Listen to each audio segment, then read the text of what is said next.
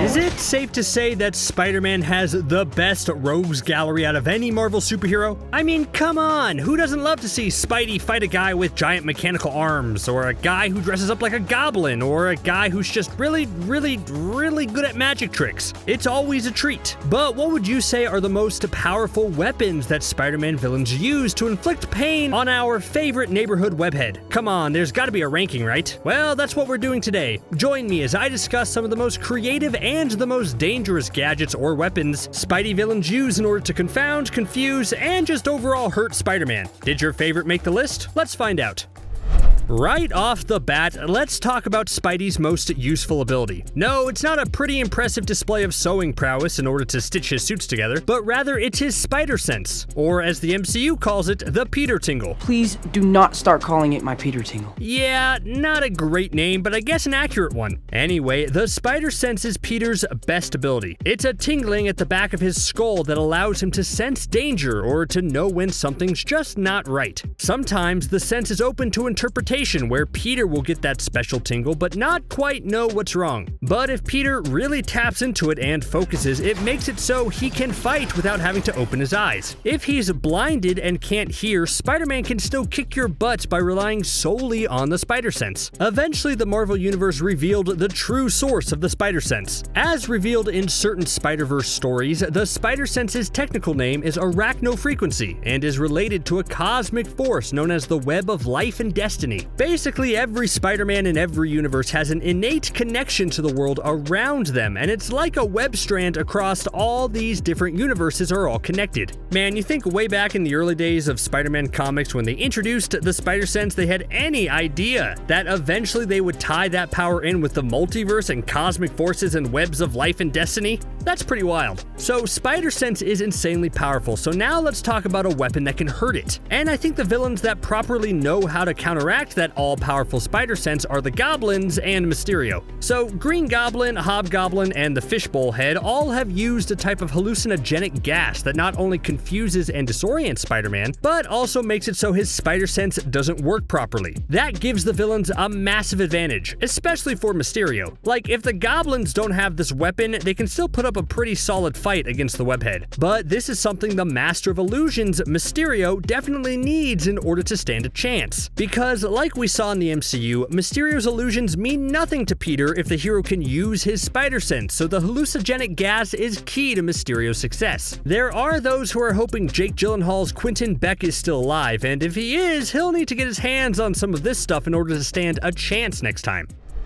So on this list, I'm going to be talking about a lot of familiar villains that we all know and love, but I also wanted to give some attention to some Spidey foes who just haven't had their time to shine yet. So that's where John Jameson, the son of J. Jonah Jameson, comes into play. Now, this guy has had a rocky time in his life and has basically sent the message to all the little kids who want to grow up to be an astronaut to absolutely not do it because space is pretty scary. One of his earlier jaunts through the stars ended when he contracted a space virus that increased his strength and size to superhuman levels. He had a specialty Jupiter suit made, but the virus was hurting his psyche, so Spider-Man had to electrocute that out of him and return him to normal. Now, you could argue that's enough adventure for one lifetime, but then Marvel writers were like, hey, you know what? Let's mess with this character again. And in a later storyline, Jameson was sent to the moon to collect space rocks and accidentally stumbled upon a powerful artifact known as the Godstone. Now, here's the real meat of this entry. The Godstone turned out to be the crystallized power and essence of Star God, an ancient ruler from another dimension. The explanation was that while he was growing weaker and soon would perish, Star God channeled his energy into this gem and sent it to our dimension, and whoever found the stone would transform into the form of Star God. But the radiation was so weak that the change can only happen when the moon shines on it. So yep, that's how John Jameson became Man-Wolf. He felt unnaturally drawn to the gemstone and started wearing it around his neck, only to discover that during a full moon, he'd transform into a powerful, ferocious wolf monster. After he realized what was happening, John realized the Godstone was fused with his body, so he was stuck with this curse until Spider-Man found a way to help.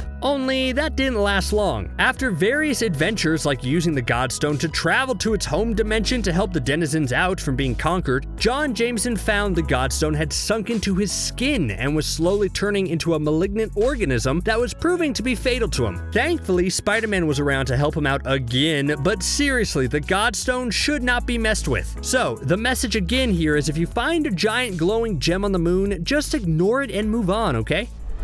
The Vulture in the comics really shouldn't be as strong of a villain as he is. Like, he's this old as dirt dude who invents this anti-gravity harness that allows him to fly perfectly, and instead of taking it on joyrides across the world to save on air travel, he uses it for crime since he's such a bitter man. But the harness itself deserves to be talked about. In the early days, Adrian Toomes was always upgrading his fantastic invention. Like after Spider-Man and Vulture's first tussle, which ended with Spider-Man using an anti-magnetic inverter to damage the wings, Toomes went back to the drawing board and fixed the flaw. That's the type of man Toomes is. And besides just giving Toomes the ability to fly silently and with precise maneuverability, the harness also increases Toomes' strength, which is good because again in the comics he's basically at the age where he should just be eating tapioca pudding in some retirement home somewhere. That enhanced strength allows him to survive hits from Spider-Man. I mean, how guilty do you think Spider-Man would feel if while he's fighting Vulture, he punches Toomes in the face once and the old man's skull turns to dust? Yeah, that doesn't sound very heroic. The harness that he wears at one point even was able to absorb the life force of Toomes' enemies when it came in contact with them, something that made him an even more powerful villain. So given all the suit can do, yeah, it's pretty powerful. Now, the MCU version of the suit looked awesome, but admittedly didn't seem as precise. It was incredibly bulky, and it will be interesting to see if Vulture ever returns in some capacity, if another flight suit will be sleeker. That way we can set up an air race between Falcon, aka the new Captain America, and the new Vulture. That'd be fun, right? One major villain that we've seen teased in the MCU but without any significant payoff is Mac Gargan, aka the Scorpion. He was present in Spider-Man Homecoming and then teased how he wanted to team up with the Vulture at the end, but that's all we've seen of him. Then Peter got caught up with dealing with the loss of his mentor, and now will have his hands full with fighting returning multiverse villains that I'm not sure they'll have any time for Scorpion anymore. Which is a shame because Scorpion is a fun villain. So although the character of Mac Gargan is enhanced with super strength and durability, the real draw to this character is when he puts on the Scorpion suit and utilizes his powerful scorpion tail to cause damage. Like, I really can't decide if this is the best or the worst weapon in Spider-Man history. I mean, for one, it's smart to keep your arms and legs free so that you can punch, kick, grab, etc., while also having a surprise tail to hurt enemies. But on the other hand, a tail that big seems unruly and hard to manage. But hey, if it works for Gargan, so be it. And it seems he's got a good handle on it. I mean, how couldn't he? The Scorpion suit helps establish a cybernetic link to the muscles in his spinal column, which allows him to activate the tail with mental commands because, sure, why not? Originally, the tail could swing at speeds over 90 miles per hour and could help launch Gargan to certain places and help protect him against attacks, which already sounds like a lot to deal with, but over the years, the tail was upgraded with things like armor, poisonous venom, electrical blasts, laser blasts, acid, and even mace gas. So yeah, this is a powerful weapon that easily counters Spider-Man's dexterity since it moves so darn fast.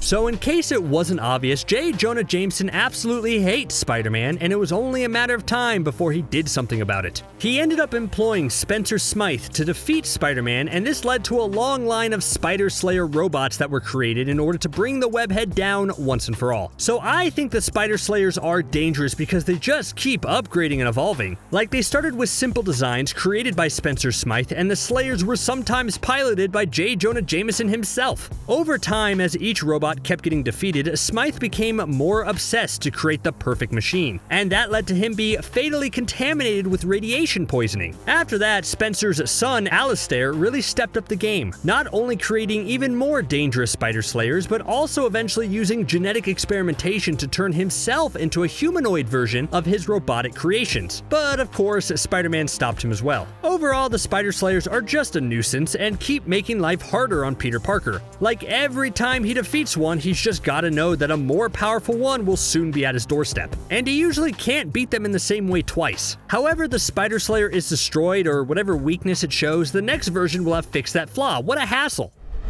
One controversial villain that I'm not sure we'll ever see in any Spider-Man film is Dr. Miles Warren, aka the Jackal. He's responsible for one of the most controversial storylines in Spider-Man comics, but I'm not really here to discuss that. Instead, I want to devote time to the powerful and dangerous Carrion Virus. This started as a serum created by Warren that was developed from DNA samples taken from human donors in an effort to make the New Men, which are an artificial race of human-sized animals, look more like human beings. Good luck with that. But of course, something went wrong with the serum and turned the people who took it into basically living corpses, which is a little terrifying. This was a stepping stone for the Carrion Virus, and over the years, this biological weapon kept evolving into different, more dangerous strains. But something even crazier with this virus is that it led to the villain known as Carrion, who is basically like a walking, talking version of the virus come to life. This villain's power allowed him to decay organic material with a single touch, and even alter his density so that he could fly or phase through walls. All I'm saying is that if this happens in the real world in 2022, then I think that's game over for us guys. Call me, well, how's about Shocker? I've always found Shocker to be an underrated Spidey villain. Sure, the costume sometimes looks a little bit strange and silly, but I just don't think the villain gets enough credit. Maybe it's because one of the Shocker's names was Herman Schultz. I mean, with a name like that, you either become the assistant manager of a local bank or you become a supervillain. I'm sorry, those are the only two options. Yeah, Shocker usually isn't talked about in the same league as some of the other bigwigs in Spidey's rogue gallery, which is a real shame, because I think Shocker's Vibro-Shock Gauntlets are an incredibly powerful weapon. Also, maybe it's a branding thing, because when you hear Shocker, you expect some electroblasts, but that's not the case. The gauntlets can project a concentrated blast of air that vibrates at an intense frequency. This means that Shocker has both a solid long-range and short-range attack with his punches. It also means he can vibrate things in order to weaken the structural integrity, which doesn't sound that impressive, but imagine he uses the gauntlets against sides of buildings. Yeah, dangerous stuff. And the reason his suit looks so funny is that it's actually necessary. Anyone using the Shocker gauntlets usually deals with immense feedback that could seriously injure you, so the special suit makes them okay to use. And thank our lucky stars, we've had two Shockers already in the MCU. Sure, one was defeated easily and the other one was disintegrated, but hey, better than nothing. Alright, now we're getting into the heavy hitters. There's a reason why Doc Ock is one of Spidey's most formidable foes. Sure, Otto Octavius is a mad genius with an off-the-charts IQ, but he would really be nothing without his mechanical arms. It's a classic story. Scientist invents 4 tentacle-like arms to help him with science. People call him Dr. Octopus because they don't know how many arms an octopus has. Freak accident happens that establishes a mental link between the scientist and the now sorta sentient arms, and the rest is history. Yeah, if there was one mechanical-based weapon that Spider-Man could wish away forever, it would probably be these arms. They're an extreme nuisance to the webhead and really affect the fight. Like, by himself, Otto is just a kind of small, pudgy guy with a huge ego. One punch should really send him to the emergency room. But the arms provide a perfect barrier for all sorts of danger. They can instinctively block bullets, they're strong enough to rip people apart, and they're all over the place, so getting close to Otto with Spider-Man's natural agility and dexterity is often very difficult. There's been a few versions of the octopus arms throughout the years. Sometimes they're made from a titanium steel alloy that are powered by a small thermoelectric generator, and other times they're just made from adamantium. Either way, these are extremely dangerous to the webhead. Of course, I got to include the Goblin Gear on here. After becoming infected with the Goblin formula, Norman Osborn went on a rampage as the Green Goblin. But it wasn't enough that he was now super strong and super crazy. No, he also went a step beyond and created a whole hodgepodge of new weapons to ruin Spider-Man's day. Like everything in the Green Goblin's arsenal just gives Spidey a major headache. The Goblin Glider is a sleek and stylish way to move around the city, you know, as long as Norman doesn't impale himself with it. But in his little utility belt, he has all sorts of gizmos and gadgets like explosive pumpkin bombs, razor bats, electro gauntlets, and so much more. Plus, he created safe houses all around the city that stores all these dangerous weapons so anyone could just stumble across them. I'm looking at you, Hob-Goblin. Okay, even though the symbiotes are living things, I do think they're the absolute most powerful weapons against Spider-Man. The main reason is, of course, Venom, who spent time as Spidey's suit and developed an unhealthy bond with him. But this connection they formed made it so that Venom doesn't set off Spider-Man's spider sense. Peter Parker's biggest advantage in a fight is now gone against an opponent who's arguably stronger and faster than him. So that's really unfortunate. If that wasn't enough, when Venom had his offspring Carnage, who was even stronger than both Spider-Man and Venom, that red symbiote also inherited the ability to not set off the spider sense. So yeah, symbiotes are probably the most dangerous weapon you can use against Spider-Man because they'll know the inner workings of Spider-Man's psyche and are oftentimes quite evil. That's a bad combination right there. What other powerful weapons could really hurt Spider-Man? I know it doesn't count as a physical weapon, but I'd be way more afraid of getting chewed out by J. Jonah Jameson than I would getting punched by the Rhino, wouldn't you? The dude's hilariously scary. His voice and the way he constantly crusades against Spider-Man is basically a powerful weapon in its own special way.